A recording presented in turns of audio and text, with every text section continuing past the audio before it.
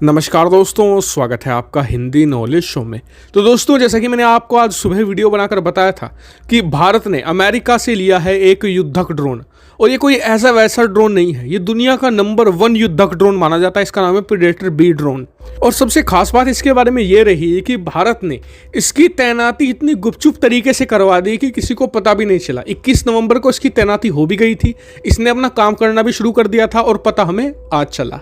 और मेरे हिसाब से सही भी किया, क्योंकि हम जानते हैं कि हमारे यहाँ पर हथियारों को लेकर किस तरीके के विवाद होते हैं, और चीन के साथ जैसा हमारा इस समय विवाद चल रहा है उसको देखते हुए बिल्कुल सही डिसीजन सरकार ने लिया। मतलब कि इतनी तेज़ी से काम किया कि दाएं हाथ ने किया और बाएं हाथ को तो पता भी नहीं चलने दिया, जो बहुत ही अच्छी चीज़ है। और इसे लीज पर फिलहाल लिया गया है, क्योंकि भारतीय जो सेनाएं हैं वो इसके लिए ट्रेन हो रही हैं और साथ ही इसे टेस्ट भी कर रही हैं कि भारतीय कंडीशन में कैसे काम करेगा।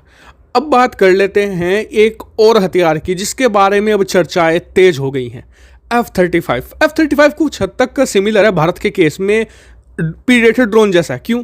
क्योंकि जब प्रीडेटर ड्रोन अब तक भारत ने नहीं लिया था तो प्रीडेटर ड्रोन के बारे में भी यही खबरें होती थी कि एक तो ये महंगा है, दूसरा ये भारतीय कंडीशन में काम करेगा नहीं करेगा, और तीसरी इसके बारे में ये मेन चर्चा होती थी कि भारत तो इसे नहीं खरीदेगा क्योंकि भारत खुद का एक ड्रोन रुस्तम तैयार कर रहा है।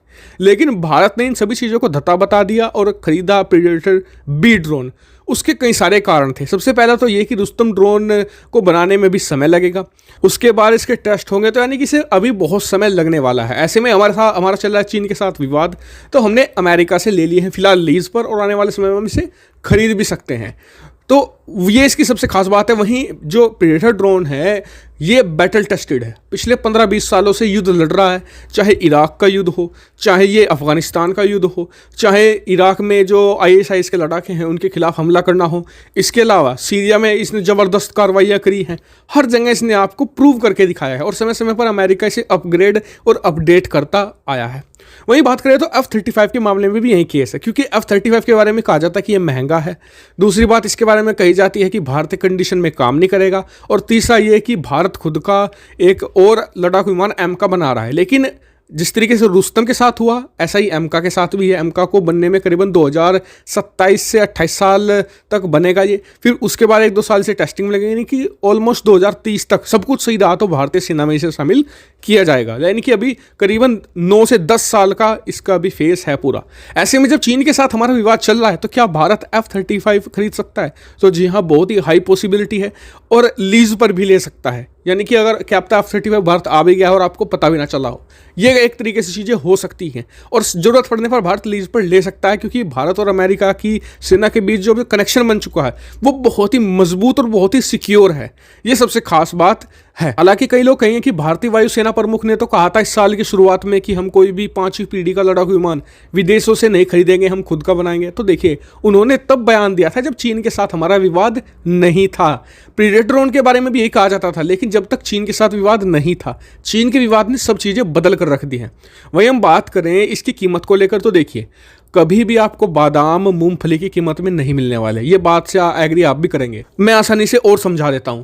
मान लीजिए आपके पास 10 लड़ाकू विमान है, मान लीजिए आपके पास MiG-35 है, सुखोई 35 है, राफेल है। वो पाकिस्तान के सीमा के आसपास जा सकते हैं, पाकिस्तान की सीमा में थोड़ा बहुत घुस सकते हैं।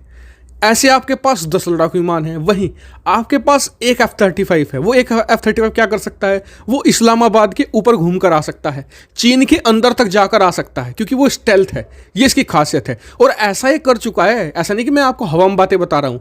आपको मैंने इसी साल वीडियो में बनाकर बताया था कि शुरुआत में ही, साल की जनवरी के महीने में, एक इजरायली F-35 ईरान की राजधानी तेहरान के ऊपर घूमकर आ गया था। जी हाँ, वहाँ पर सर्विलांस किया था तेहरान में, और घूमकर फिर वापस भी चला गया था।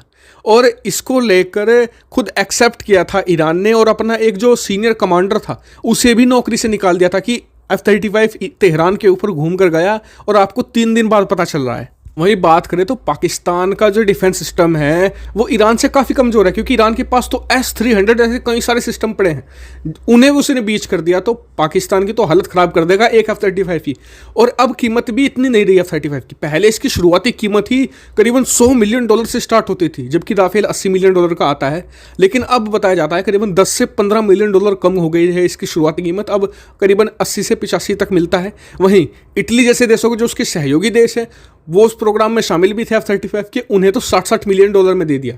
वहीं अगर भारत थोड़ा सा निगोशिएट करेगा तो आसानी से 80 मिलियन डॉलर में हमें एक प्लेन मिल सकता है। और मैं ऐसा नहीं कह रहा कि इसके आप 100-150 खरीद लीजिए। अगर भारत 10 से 20 के बीच में भी F-35 खरीदता है तो ये चीन पाक को छका कर रख देंगे, ये इनकी काबिलियत है। हालांकि कई लोगों को आखिरी जो चीज़ होगी वो यही कहेंगे कि ये क्या भारतीय कंडीशन में काम करेगा। तो आपको बता दूं कि भारत से भी ज़्यादा हीट अफगानिस्तान में होती है, वहाँ पर ये ऑपरेशन को अंजाम दे चुका है। मिडिल ईस्ट में आप बताइए कि जो पूरा अरब वर्ल्ड है वहाँ से ज़्यादा हीट कहाँ होती है, वहाँ पर ये काम कर चुका है। इराक में, सीरिया में कहीं कोई दिक्कत नहीं है। लेकिन फिर भी भारत इन्हें लीज पर ले सकता है, जैसे कि हमने अभी ड्रोन के साथ किया, और इस्तेमाल करके देख सकता है साल भर।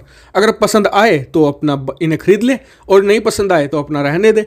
और इनकी डिलीवरी भारत को तेज मिल सकती है, क्योंकि अमेरिका के पास बहुत बड़ी प्रोडक्शन लाइन है, उनके पास बहुत सारे ऑर्डर भी हैं, भारत को जल्दी से दे भी सकते हैं। और जब तक नहीं मिलेगी डिलीवरी तब तक हम इन्हें लीज पर लेकर इस्तेमाल कर सकते हैं।